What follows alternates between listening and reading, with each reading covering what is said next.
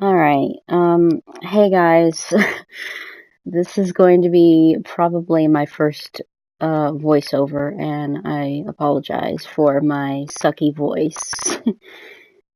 Today in this video, I'm going to be talking about pretty much my life growing up with Resident Evil, how it all started, and, just from the beginning and stuff. So, I will try my very best. Alright. Let me start from the beginning. Um, Initially, Resident Evil 4 was the very first one I started out with because I was born kind of late. I was born in 1999, October 12th, and um, basically, I was 4 or 5 back then. And obviously Resident Evil 4 released January 2005, sorry. And just one day, I don't really remember much, but my father basically got me my first GameCube. And that's pretty much where it all started with Resident Evil. But I don't know, just something about it, and then I just started playing it and more. And I never, stopped playing it, I just kept playing. So don't call me addicted or anything. So later around maybe when I was older, I was still a kid. And I got my very first Wii. Yeah. So it was pretty awesome. And obviously, my father got me Resident Evil 4 again. No surprise there. And later then, I think for one of my birthdays, I don't really remember, I basically got Resident Evil 1 remake and then Resident Evil 0. Now, keep in mind, I did not play those games before Resident Evil 4 because I don't think I really heard much about them around the time.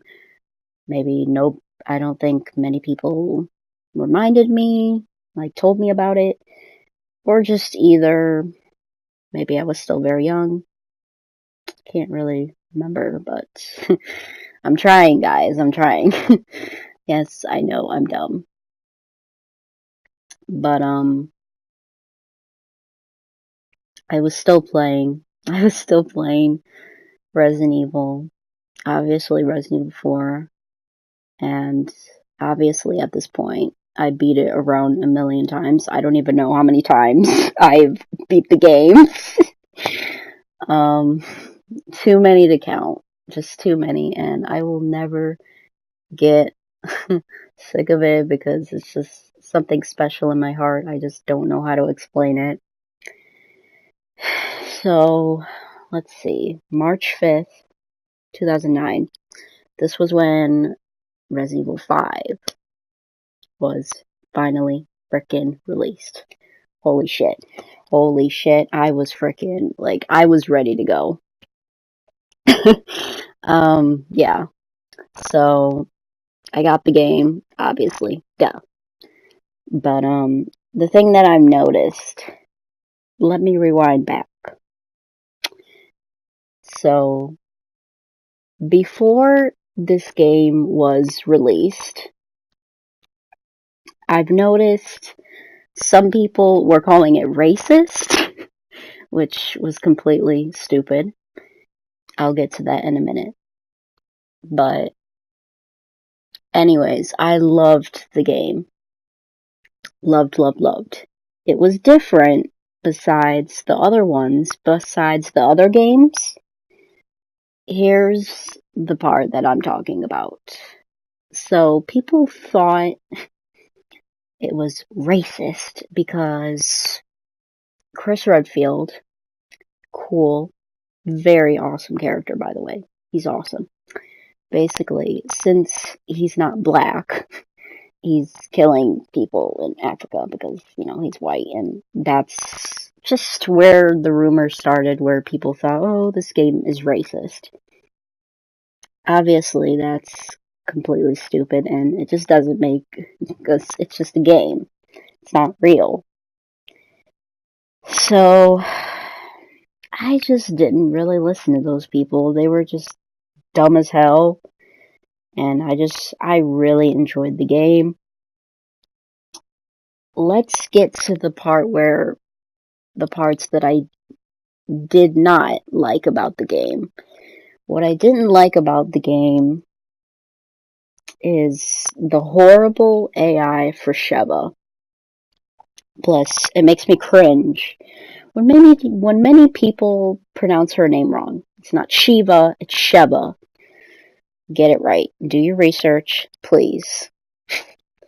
Anyways, I'm not hating on the character. I'm hating on the AI for the character. The AI would get very annoying and just, I don't know, just be a pain in the ass. Waste pretty much all of the healing items and just so much unnecessary wasting, so much ammo, and it would just get annoying. So that's one of the reasons. But sorry guys, I'm literally running out of breath. Cause I don't know, cause I'm freaking weird as hell. Probably because of my asthma, whatever. Anyways, Wesker. Now, Wesker, we all know him. He's the greatest villain in the Resident Evil franchise. But I felt like they just, I don't know. I'm gonna sound dumb as hell when I say this, but I feel like they just, I like his old look in the original Resident Evil 1 remake, but I just I don't know, just something about it in RE5 and his look, Wesker. It's not bad, okay? It's just, I don't know. It just seems off. I did love how they put his STARS costume. It looked awesome as hell in this version and back in the original. The remake and everything. So, this is where it starts getting bad. Bad, bad, bad. Not necessarily the game. I'm pretty sure in 2012. This is when Resident Evil 6 was released.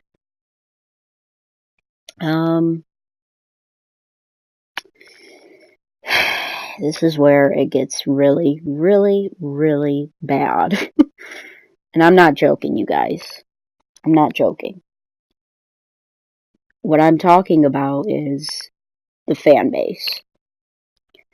Keep in mind, I'm not talking about all the Resident Evil fans.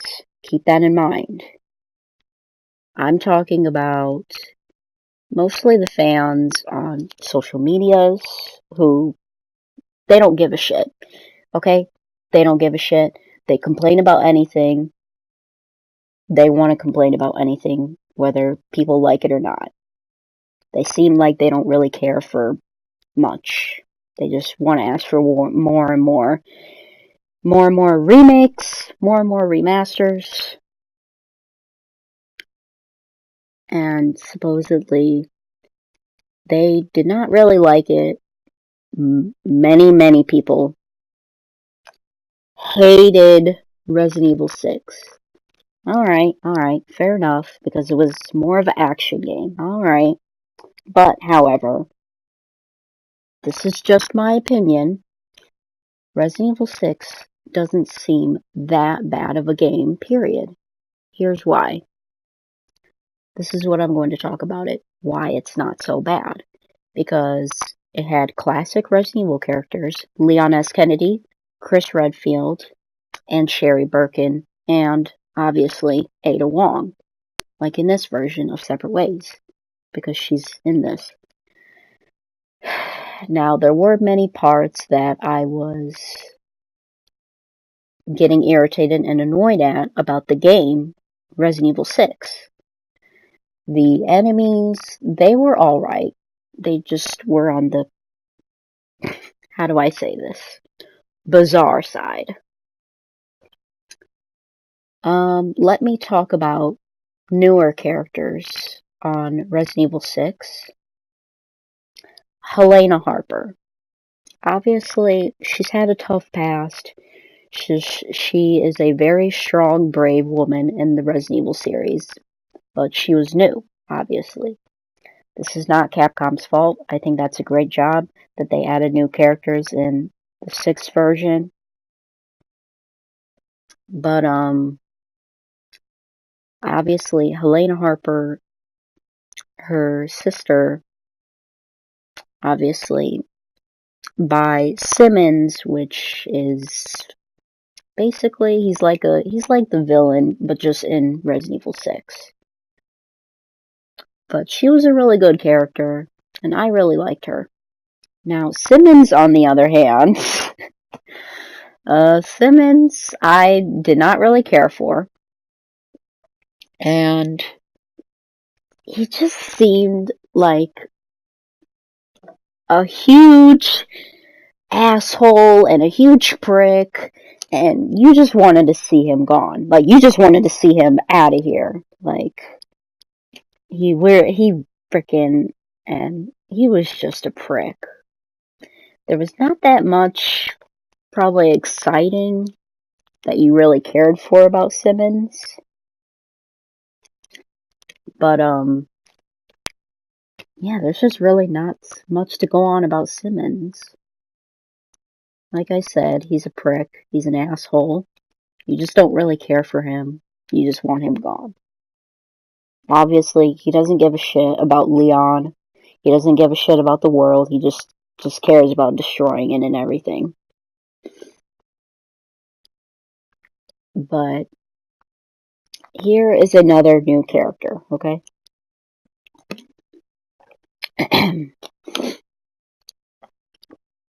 Carla. Now, Carla, she was pretty good. She was a pretty good character. I'm not gonna lie. But, when you play as Ada in her campaign, she just, I don't know, Carla just gets, they just get rid of her. I really wish Carla would have stayed, because her character doesn't seem that bad, but she knows what she's doing. But Simmons, he obviously screwed up. Like, he knew what was coming to him. Obviously, Leon and Helena got him in the end. Thank God for that. But, Carla, on the other hand, I feel like she obviously didn't deserve to be gone. Like, I don't know, there was more to her character, and in my opinion, I think I felt like I needed to get to know her better as a character. So, let me get on to my next character that I want to talk about. Sorry, my nose is like runny because this always happens because I'm weird as hell. Okay, Pierce Nivens. He was working with the BSAA. Now, Pierce Nivens was a strong, brave character. Now, probably many people did not give a shit about Pierce.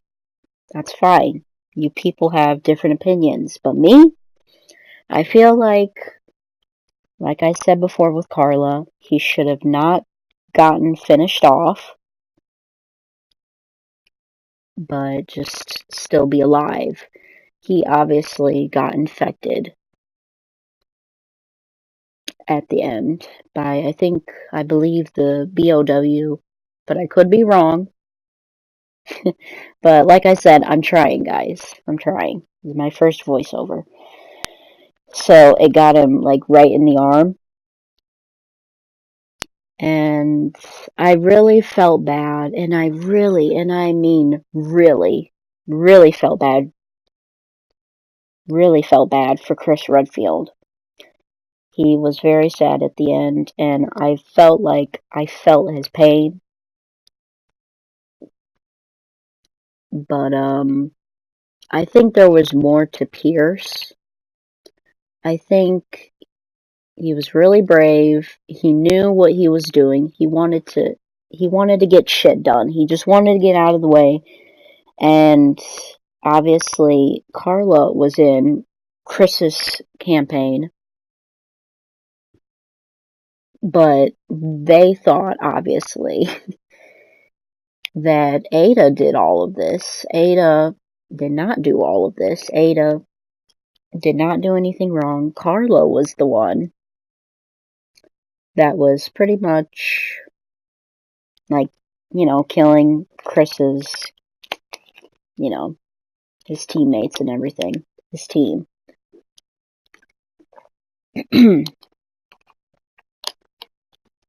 But it was obviously not Ada, it was Carla. I mean, come on.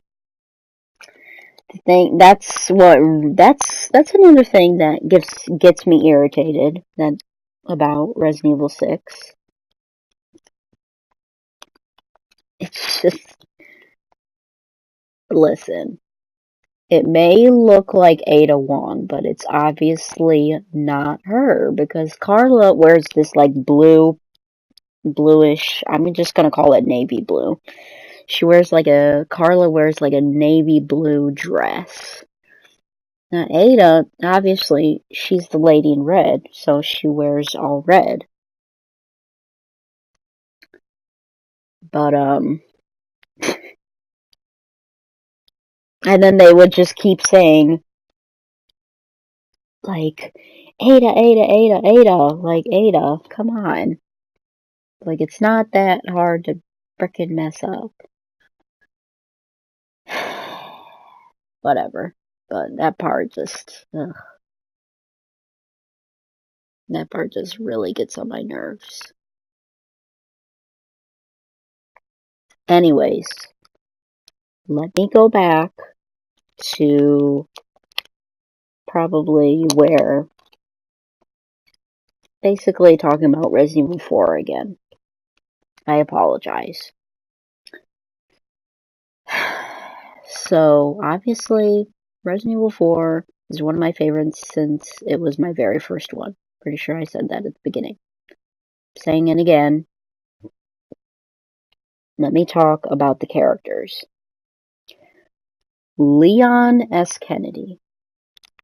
Now, Leon, he's pretty much my favorite guy character from Resident Evil at this point, period. No doubt, he's the best. He's the shit. He knows what he's doing. He's very intelligent. And apparently Capcom decided to give him frickin' emo hair. I don't know why. There's nothing wrong with that, but I just think that's funny. But obviously he was in Resident Evil 2. So, which I love. Let me talk about another character. Ashley Graham. Ashley Graham was kidnapped. Here's the story. She was kidnapped by a group, but I believe she's in college. So Ashley Graham, obviously, Leon in this story, in Resident Evil 4 has to go capture her, has to go save her and everything. Be like Superman. I'm sorry, that was a terrible joke. I'll stop. But, now Ashley Graham, here's the thing that really, really gets on my nerves about the fan base again. Ashley Graham was not really likable. She was not very a likable character in Resident Evil. Because every time she would get captured, she would scream, oh, like scream, I guess, like a chipmunk, and people would get annoyed by that because she would keep, like, screaming like Leon and stuff, and like when she would, like, when the enemies, like the Ganados, would pick her up. Now listen, everyone has their own different opinions about this. Personally, she did not really bother me.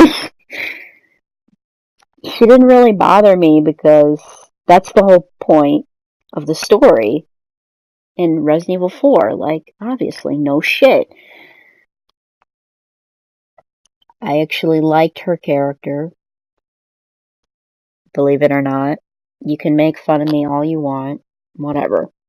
But people have their own different opinions about it. About stuff. She just, I don't know, she didn't really bug me.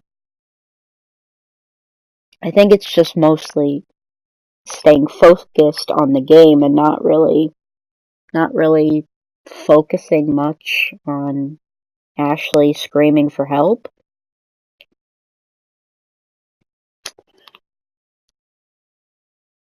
The Merchant. Possibly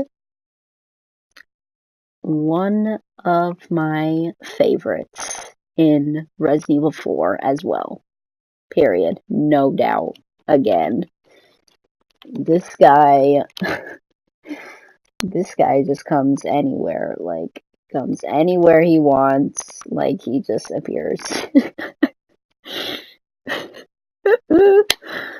Like, this guy is awesome.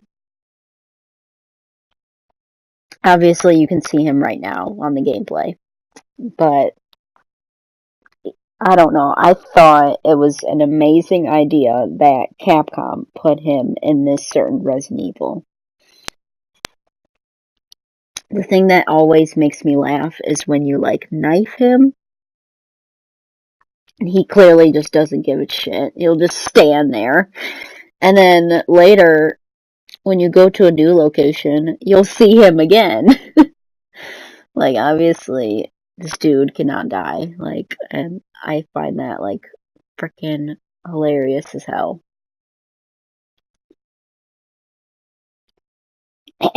Let me get to another character. Which I don't really care for. Which I don't really like. I just don't like his character. Sadler. God. Sadler. Frickin' Sadler. This guy is a douchebag. This guy's a douche. And a prick. Sadler. Oh, Sadler. Wow. I believe he's like, he's like a villain, but there's other villains, obviously, in this game, in Resident Evil 4. Sadler is the last boss that you frickin' fight at the end. But I felt like I just wanted him gone. Like, I just wanted him out of the picture. He's just such an asshole. And you just don't really care for him. The thing that really annoys everybody, including myself, is in separate ways when you're playing as Ada Wong. But then you get to actually almost the end. You have to fight Sadler. Like, you have to fight him.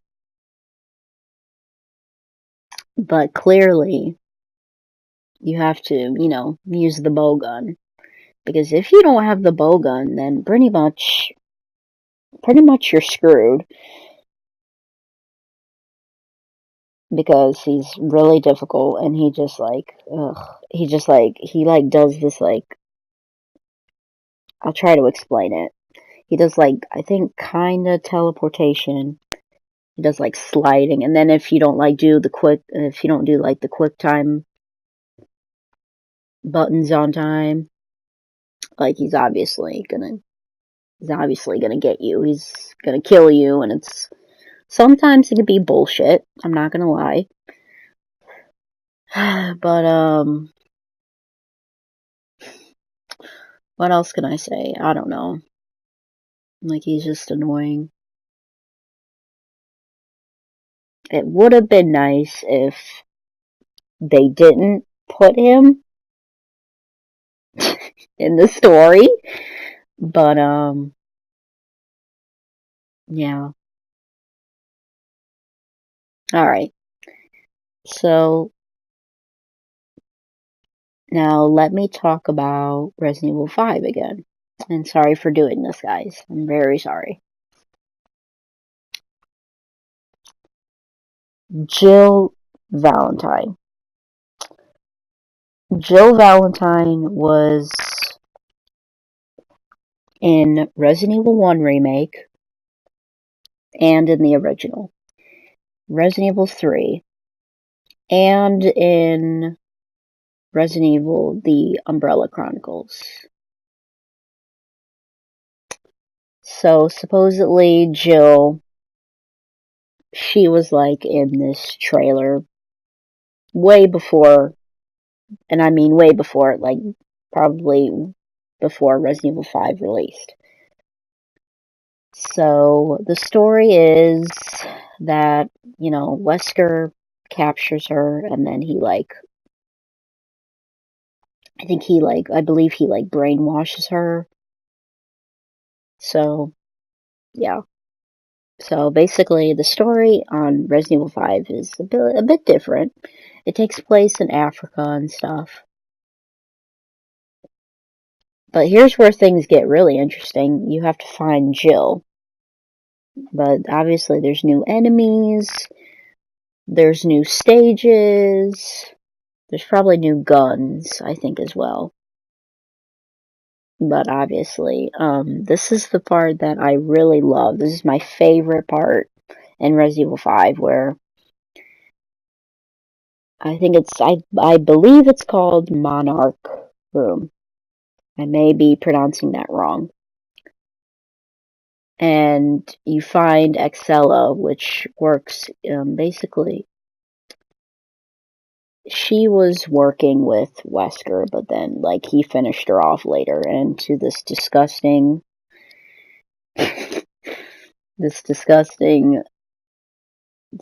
ass, gross ass boss.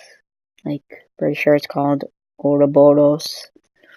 I could be wrong, but I'm trying. So, Excella is there, obviously not in her boss form, her human form. And, boom, you see Jill freaking just come out of it, she just jumps out of nowhere. But, she's right there. But but the thing that's really interesting is that before she did that, they put, this coat on her, and then she took it off. So obviously, at this point, Chris is shocked, and he doesn't know what to do. And he, sorry about that. She, attacks him, and she, kicks him, and then she kicks Sheva. She beats her ass. She beats Sheva's ass. And then she beats Chris's ass. And then Wesker obviously says 2-on-2, right, Jill, and then supposedly this is like kind of like a boss, but I think it's like in the strategy guide. And then Wesker obviously says you have 7 minutes, and I just thought that part was really, really cool. And just really awesome. But the thing that really gets annoying is after Wesker leaves and stuff, Jill had her like suit covered up, and then she like rips it, and then you see like this device on her chest. That part, and then you have to try to get it off her. That part was really annoying. Just annoying as hell. And then she would have those like machine guns. But yeah. Just I don't know, guys. Like, just let me know in the comments if that part really annoyed you as hell. Especially on professional, because on professional, as soon as you get hit in one shot, you're gone. But sorry guys if this was a trashy video. I tried my best, and pretty much this is the end. I tried explaining as much as I could, and I hope you all enjoyed this video. Make sure to subscribe, comment, and like, and I'll see you in the next video. Bye.